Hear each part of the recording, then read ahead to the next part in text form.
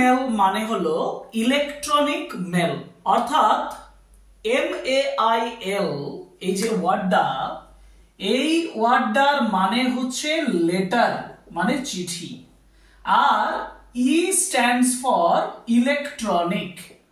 তো electronic letter মানে হচ্ছে থ্রু ইন্টারনেট যখন আমরা মেল বা লেটার সেন্ড করি বা পাই, দ্যাট ইজ ইমেল। এখন এই ইমেল বর্তমানে দ্য এজ অফ ইন্টারনেট মানে ইন্টারনেটের যুগে ইমেলটা হচ্ছে খুব গুরুত্বপূর্ণ বিষয়, কারণ ফর্মাল লেটার এর ক্ষেত্রে খুব সহজেই ইমেল এখন শেয়ার করা যায়, বিভিন্ন মানুষের মধ্যে কমিউনিকেশন তৈরি করা যায়। কিন্তু আমাদেরকে ইমেল রাইটিংটা শিখতে হবে, মানে ইমেল কিভাবে লিখতে হয় সেটা শিখতে হবে। তার জন্য স্টেপ বাই স্টেপ মানে ইমেল রাইটিং এর যা স্টেপ বাই স্টেপ আছে সেই স্টেপগুলো আলোচনা করব। ক্লাস 12 সেমিস্টার 4 এক্সামিনেশনে ইমেল রাইটিংটার জন্য 5 মার্কস ধার্য আছে, আর সেই 5 মার্কসের জন্য অতি সহজেই আমরা ইমেল রাইটিংটা শিখব এই ক্লাসটাতে। প্রথমেই বলি যে ইমেল যখন আমি লিখব তখন একটা জিনিস, বিশেষ করে আমি প্রথমেই বললাম ফর্মাল লেটার হচ্ছে বা ফর্মাল মেল হচ্ছে ইমেল, অর্থাৎ যখন কোনো অফিসিয়াল ইনফরমেশন দেওয়ার থাকে, অফিসিয়াল ইনফরমেশন শেয়ার করার থাকে, তখন সাধারণত ইমেলের ব্যবহার হয়। সেক্ষেত্রে তুমি যখন একজন স্টুডেন্ট হিসাবে এক্সাম দিচ্ছ, তোমার এইচএস এক্সামিনেশন, তোমাকে লেটার তোমার অফিসিয়াল মানে হচ্ছে তোমার হেডমাস্টার বা the teacher of your school বা ক্লার্ক অফ ইউর স্কুল বা ধরো বিডিও, যে কোনো আধিকারিককে তুমি এই চিঠিটা বা মেলটা করবে। তাহলে ইমেলটা তুমি কিভাবে লিখবে সেই স্টেপগুলো আমি আলোচনা করব একটা ইমেলের উপরে। সেটা হচ্ছে যে write an email to your HM or headmaster seeking leave of absence। খুব সহজ, ছোটবেলা থেকে যখন তুমি ইংলিশ ফর্মাল লেটার লিখেছো তখন তুমি লিখেছো লিভ অফ অ্যাবসেন্স মানে ছুটির আবেদন। এই ছুটির আবেদনের উপর ডিপেন্ড করে যখন তুমি একটা ইমেল লিখবে সেটা কিভাবে লিখবে সেটা আজকে আলোচনা করে দেব। ফার্স্ট তোমাকে জানতে হবে যে স্টেপগুলো কি কি। দেখো, নাম্বার 1 স্টেপ নাম্বার 1, স্টেপ 1 এ তুমি তোমার মোবাইলে তুমি যখন ইমেল খুলবে বা জিমেল খুলবে, জিমেল একটা গুগল ভেরিফাইড কোম্পানি মেল, ঠিক আছে, যেমন ইয়াহু মেল আছে, জিমেল আছে। যদি সেটা খোলো তাহলে তুমি ওখানে ফরম্যাটটা দেখতে পেয়ে যাবে। আমি সেই ফরম্যাটের স্টেপ বাই স্টেপ বোঝাচ্ছি। দেখো, স্টেপ 1 যেটা থাকে সেটা হচ্ছে টু মানে হচ্ছে তুমি যে ইমেলে বা ইমেল আইডিতে তুমি তোমার মেলটা বা লেটারটা পাঠাতে চলেছো। এটা একটা কাল্পনিক আমি ইমেল দিয়ে দিলাম, ধরো যে abc@gmail.com। এখন আমরা সবাই জানি এই বিষয়টা যে আমার একটা জিমেল অ্যাকাউন্ট থাকতে হয়, জিমেল অ্যাকাউন্ট থাকলেই আমি ইমেলটা পাঠাতে পারবো। সেটা জিমেল হোক, ইয়াহু মেল, বিভিন্ন মেল আমরা পাঠাতে পারবো। তাহলে আমরা মানে হচ্ছে যে ইমেলটাতে মানে যাকে আমি পাঠাবো তার ইমেলটা আইডিটা তোমাকে এখানে লিখতে হবে 2 দিয়ে, ঠিক আছে? এটা তুমি লিখলে। এবার 2 এর পরে যে কলামটা তোমাকে লিখতে হবে সেটা হচ্ছে ফ্রম, মানে কোথা থেকে আসছে। এটা হচ্ছে তোমার মানে ইওর ইমেল আইডি, তোমার ইমেল আইডি এখানটাই বসবে। ধরো তোমার ইমেল আইডি হচ্ছে ghi@gmail.com। এটা সম্পূর্ণ কাল্পনিক ভাবে দিয়ে দিলাম, হয়ে গেল। তাহলে ফার্স্ট স্টেপ, এটা স্টেপ নাম্বার 1 আর এটা হচ্ছে স্টেপ নাম্বার 2। দুটো স্টেপ হলো। তৃতীয় মানে থার্ড স্টেপ হচ্ছে সাবজেক্ট। দেখবে যে সাবজেক্ট বলে থাকে এটা হচ্ছে স্টেপ 3, ঠিক আছে, এটা স্টেপ 3 সাবজেক্ট। আমি কি বলেছি, আমি আলোচনা করছি লিভ অফ অ্যাবসেন্স এর উপরে, যে তুমি তোমার হেডমাস্টারের কাছে বা হেডমিস্ট্রেসের কাছে বা প্রিন্সিপালের কাছে একটা ছুটির আবেদন করছো। আমার সাবজেক্ট এখানে লিখতে হবে, যেমন আমি লিখব prayer for leave of absence. ভালোভাবে দেখো, এই লেখাটা অনেকটা গুরুত্বপূর্ণ। কেন? সাবজেক্ট লেখার ক্ষেত্রে ইম্পর্টেন্ট ওয়ার্ডগুলোর ফার্স্ট লেটারগুলো ক্যাপিটাল করতে হয় প্রিপোজিশন বাদ দিয়ে। আর্টিকেল প্রিপোজিশন গুলো ক্যাপিটাল করার দরকার পড়ে না, যেমন প্রেয়ারের পি ক্যাপিটাল করেছি, লিভের এল ক্যাপিটাল করেছি, অ্যাবসেন্সের এ ক্যাপিটাল করেছি। এটা হচ্ছে সাবজেক্ট।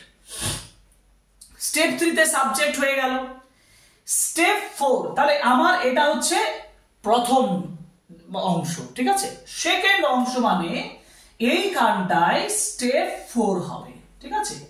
স্টেপ 4, স্টেপ 4 এ তুমি গ্রিটিং করবে, স্যালুয়েশন করবে, মানে তুমি সম্বোধন করবে। তোমার সম্মানীয় স্যারকে তুমি চিঠিটা লিখছো, তাহলে তোমাকে এখানে লিখতে হবে রেসপেক্টেড স্যার। তুমি লিখলে রেসপেক্টেড স্যার, কমা, চিঠির মতোই মনে হচ্ছে, তাই না? চিঠির মতোই মনে হচ্ছে। ওকে, স্যালুয়েশন হয়ে গেল, মানে গ্রিটিং বা স্যালুয়েশন, এটা স্টেপ নাম্বার 4। এবার স্টেপ নাম্বার 5 এ যেটা, সেটা হচ্ছে যে একটা বিগিনিং সেন্টেন্স। আমরা বিগিনিং সেন্টেন্স বা যেটাকে আমরা বলি স্টার্টিং সেন্টেন্স, এটা হচ্ছে বিগিনিং বা ইন্ট্রোডাক্টরি সেন্টেন্স। আমরা ইন্ট্রোডাক্টরি সেন্টেন্সে সব সময় সম্মানপূর্বক একটা কথা লিখি। যেমন আমি শুরুটা করি উইথ ডিউ রেসপেক্ট, অথবা most respectfully I would like to inform you that. তো with due respect I would like to inform you that হয়ে গেল। এবার তুমি সাবজেক্ট, যেমন এবার এইখানটায় যেটা তোমাকে, এটা হয়ে গেল স্টেপ 5 এর পরে স্টেপ 6। স্টেপ 6 এ বলে বডি অফ দ্য লেটার। আচ্ছা, এবার আমি এখানটা একটু আলোচনা করি, তারপরে আমরা পরের স্টেপে যাব। আমি বলেছি ইন্ট্রোডাক্টরি সেন্টেন্স। এই যে বিগিনিং সেন্টেন্স, এই বিগিনিং সেন্টেন্সে সবসময় মনে রাখবে, তুমি যে বিগিনিং সেন্টেন্স দিচ্ছ সেই সেন্টেন্সটাতে তোমার যে মূল সাবজেক্ট, তোমার চিঠির যে মূল সাবজেক্ট, মেলটা যে বিষয়টা তুমি বলার জন্য লিখছো, সেই বিষয়টাকে উত্থাপন করো। যেমন আমি বলেই দিয়েছি with due respect I would like to inform you that, তারপরে তুমি কি লিখবে, that I shall not be able to attend my classes from, ধরো বলা হলো 1st December to 5th December 2025। মূল বিষয় লিখে দিয়েছো। বডি অফ দ্য লেটারের এটা একটা কিন্তু part, body of the letter আমি এখনো ঢুকিনি। এবার তুমি এটা ডিটেলস বলছো কেন, এটার কারণটা তোমাকে ব্যাখ্যা করতে হবে।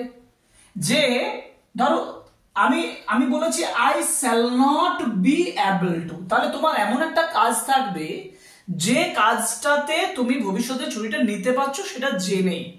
ধরো তোমার সিস্টার্স ম্যারেজ, তাহলে মাই, এটা বডি অফ দ্য লেটারে যাচ্ছি। এবার কিন্তু বডি অফ দ্য লেটারে যাচ্ছি। বডি অফ দ্য লেটারে কি লিখবো, দা মাই সিস্টার্স ম্যারেজ। দেখো মাই সিস্টার্স ম্যারেজ মানে আমার সিস্টারের বিবাহ, will be held on, এটা অনুষ্ঠিত হবে on 2nd December 2025। কোথায়?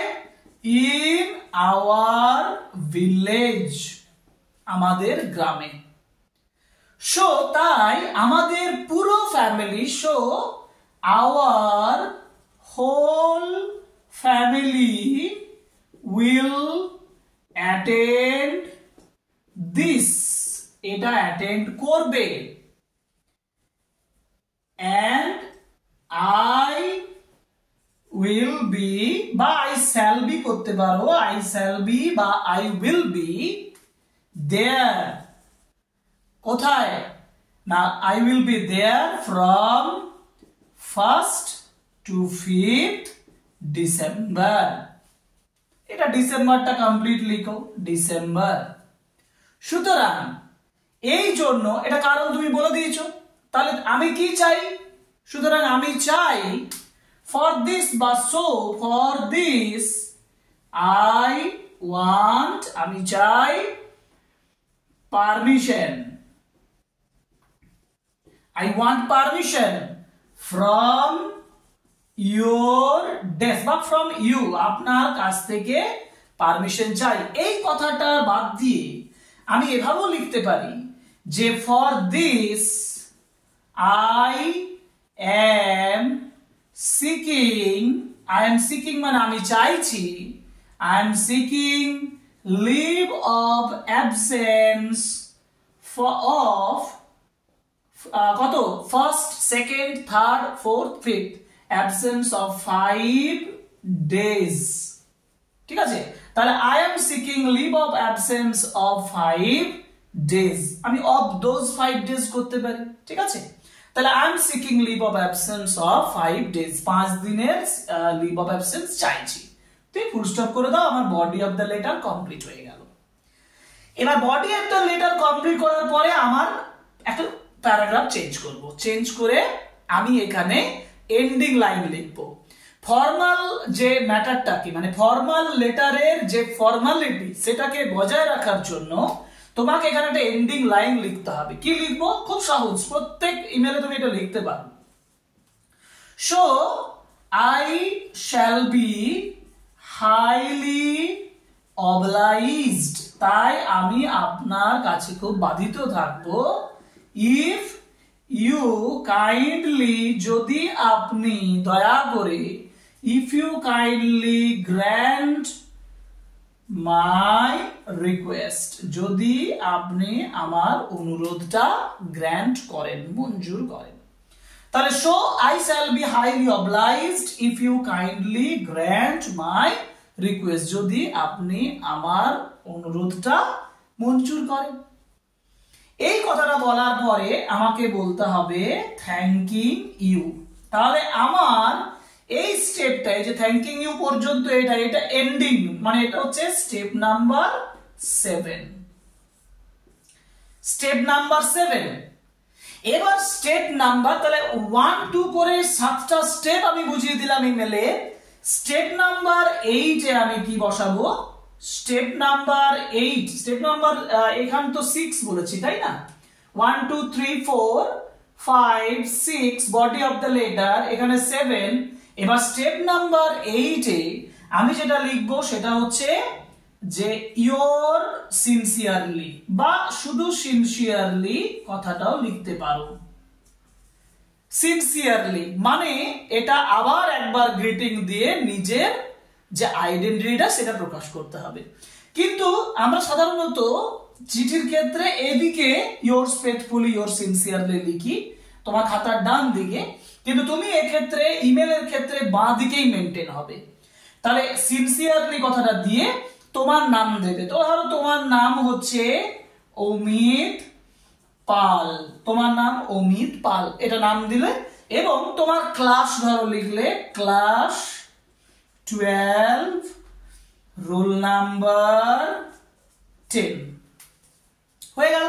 এটা হচ্ছে স্টেপ নাম্বার 8। দেখো সিনসিয়ারলি দিয়ে নিজের নাম এবং ক্লাস 12 রোল নাম্বার 10 হয়ে গেল। এরপর স্টেপ 9। এবার তোমাদের মনে প্রশ্ন জাগছে যে স্যার স্টেপ 9 এ কি হবে? স্টেপ 9 এ তুমি যদি কোনো অ্যাটাচমেন্ট রাখতে চাও, খুব ইম্পর্টেন্ট এটা কিন্তু, এই বিষয়টা খুব ইম্পর্টেন্ট যে এখানে কোনো অ্যাটাচমেন্ট রাখা। অ্যাটাচমেন্ট মানে কি? ধরো তুমি এখানে যাচ্ছ, তুমি এখানে ছুটি চাইছো একটা ম্যারেজ সেরেমনির জন্য। তো ম্যারেজ সেরেমনিতে তুমি ছুটি চাইছো, তোমাকে প্রপার রিজন তুমি বলে দিয়েছো, কিন্তু প্রপার প্রুফ দাওনি। তোমাকে প্রপার প্রুফ দিতে হবে। প্রুফ হচ্ছে তোমার ধরো সিস্টার্স এর ম্যারেজের যে কার্ডটা, সেই ম্যারেজের কার্ডটা তুমি অ্যাটাচমেন্ট হিসেবে দিয়ে দিয়েছো। যদি তুমি অ্যাটাচমেন্ট দাও তাহলে কিন্তু তোমাকে এই বডি অফ দ্য লেটারের লাস্টে তোমাকে ওইটা উল্লেখ করতে হবে যে necessary proof has been attached here.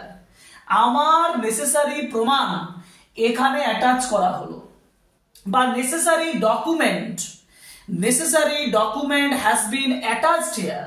Documents হলে have been attached here for your kind consideration, এই কথাটা এখানে লিখতে হবে। তারপর তুমি অ্যাটাচমেন্টে মেলে অ্যাটাচ হিসাবে তোমার কার্ডটা স্ক্যান করে পিডিএফ এর আকারে তুমি এখানে দেবে। যে কোনো ধরনের ফর্মাল লেটার, যদি ফর্মালিটি বজায় রাখতে হয় যে কোনো ধরনের ফর্মাল লেটারের ক্ষেত্রে এটা করা হয়ে থাকে, অ্যাটাচমেন্ট হিসাবে দেওয়া হয়ে থাকে। সুতরাং এটা সবসময় মাথায় রাখবে যে তোমাকে এই 9টা স্টেপ, 9 স্টেপস তোমাকে তোমাকে মাথায় রেখে একটা ইমেল লিখতে হবে। আরো একটা বিষয় হচ্ছে যে তুমি যখন এই কমপ্লিট ইমেলটা লিখে দিয়েছো, তখন এই ইমেলটা একটা বক্স করে তুমি পরীক্ষার খাতায় প্রেজেন্ট করবে। সবচেয়ে গুরুত্বপূর্ণ, ভালোভাবে তুমি যদি তোমার খাতাটা রেডি করো তাহলে সেক্ষেত্রে তোমার এক্সামে মার্কসটাও ভালো আসবে। তুমি ধরো এখানে এরকম ভাবে কমপ্লিট ইমেলটা লিখে দিয়েছো, এবার তুমি এই কমপ্লিট ইমেলটাকে একটা সুন্দর বক্স করে সাজিয়ে নাও, এবং বক্স করে এবং স্কেল দিয়ে সুন্দর করে বক্সটা যদি করে দাও তাহলে that will B A complete email. এবার অনেকেই বলতে পারো যে আমরা স্যার এই বক্সটা যদি আগেই করি, ঠিক আছে, বক্স তুমি করতে পারো।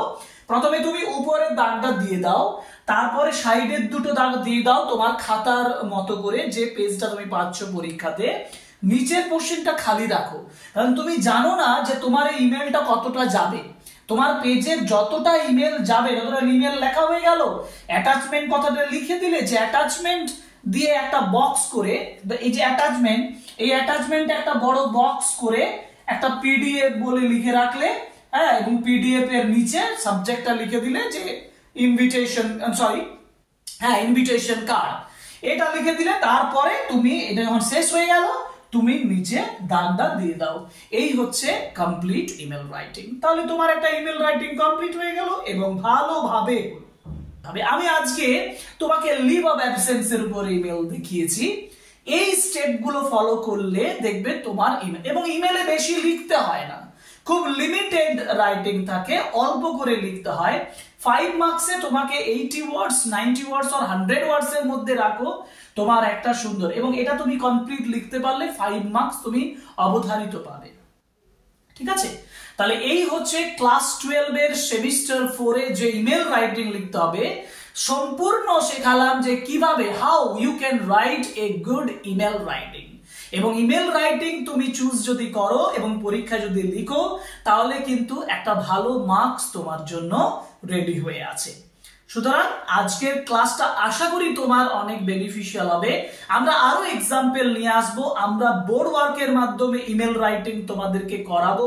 তোমরা ক্লাসগুলো ফলো করো, লাইক করো, কমেন্ট করো, শেয়ার করো ভিডিওগুলো। আজকের ক্লাস এখানেই শেষ করছি, পরের ক্লাসে আবার দেখা হবে। Thank you very much, good bye.